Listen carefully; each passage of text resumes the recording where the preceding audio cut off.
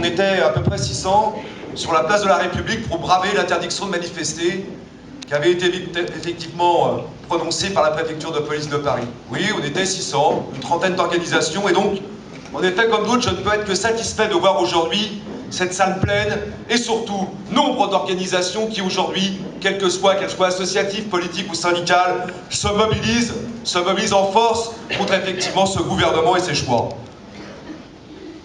Oui, il y a un mois, nous subissions depuis plus d'une semaine après les attentats la suppression de manifestations pures et simples. Le camarade de la PHP en a parlé, mais toute la semaine, il y avait des mobilisations. Toute la semaine, en effet, il y avait des travailleurs et des travailleuses qui s'opposaient au pacte de responsabilité, s'opposaient à l'austérité, remettaient en cause les choix dans les directions d'entreprise qui sanctionnent les militantes et les militants, qui imposent effectivement des places stratégiques de suppression d'emplois. Et donc ce n'est pas pour rien qu'à travers les attentats, ce gouvernement a décidé en effet principalement d'interdire les manifestations du mouvement social.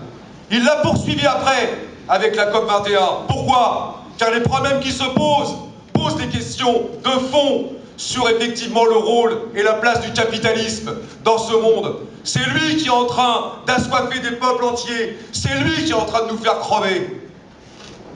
Cette situation, donc, en effet, il faut en dénoncer les fondamentaux. Mais au-delà de ça, chers camarades, les mesures d'exception sociale, nous les vivons depuis des années. Nous les combattons, nous résistons contre elles. Nous avions eu Sarkozy, le président des riches. Maintenant, nous avons Hollande, le président des ultralibéraux. Oui, il a fait sa mutation, le garçon, on l'a vu. Et depuis un petit moment. Donc ce qu'ils veulent nous faire, en effet, à travers cet état d'exception, à travers même la constitutionnalisation, je dirais, d'un état d'urgence, c'est tout simplement ce qu'on dit d'habitude, mettre, je dirais, les faits, car en général les faits précèdent le droit. Voilà. Comme il y a 10 ans, quand ils nous ont voulu nous mettre dans la figure le traité constitutionnel européen. Oui, certains aujourd'hui pensent qu'il est possible aujourd'hui de constitutionnaliser la violence patronale, la violence politique, voilà, avec le 49.3. Oui, ils pensent que c'est possible. Eh bien, nous allons dire non. Non à ça. C'est impossible qu'ensemble, nous ne soyons pas en capacité d'imposer notre choix. Car tout ça, on pourrait se poser la question, mais pourquoi tant de haine, quelque part? Pourquoi, en effet? Pourquoi un président de la République, qui en 2012 a tous les pouvoirs, pourquoi aujourd'hui il emmène des camarades de la CGT et d'autres en prison? Pourquoi il fait ça? Pourquoi il met effectivement à mal, je dirais, les migrants, les travailleuses et les travailleurs, qu'ils aient des papiers ou pas dans ce pays? Pourquoi il interdit le vote des immigrés? Mais pourquoi? Pourquoi, au lendemain des régionales, il se permet de dire « je ne changerai pas de cap » d'une part, mais que d'autre part, dans la foulée, il donne un nouveau signe en patronat, en donnant une poignée de cerises à l'augmentation du SMIC.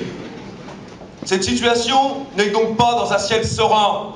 Ce que veut faire effectivement Hollande, Macron, Valls, les fameux 3 chevaliers de l'apocalypse social, c'est tout simplement, en effet, nous contraindre à une situation qu'ils souhaitent depuis un moment, en effet, nous imposer. Ça fait à peu près plus de 10 ans, en fait.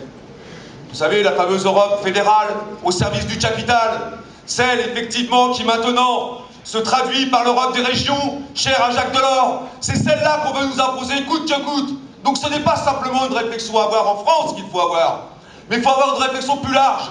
Car aujourd'hui, on retire au peuple toutes ses capacités de définir son propre avenir. Et par la même occasion, effectivement, on retire au monde du travail sa capacité à décider.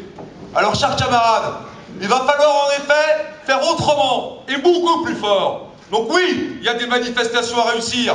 Oui, il faudra réussir le 30 novembre. Mais il va falloir aussi réussir les grèves très fortes pour qu'on occupe les entreprises. Enfin, je terminerai.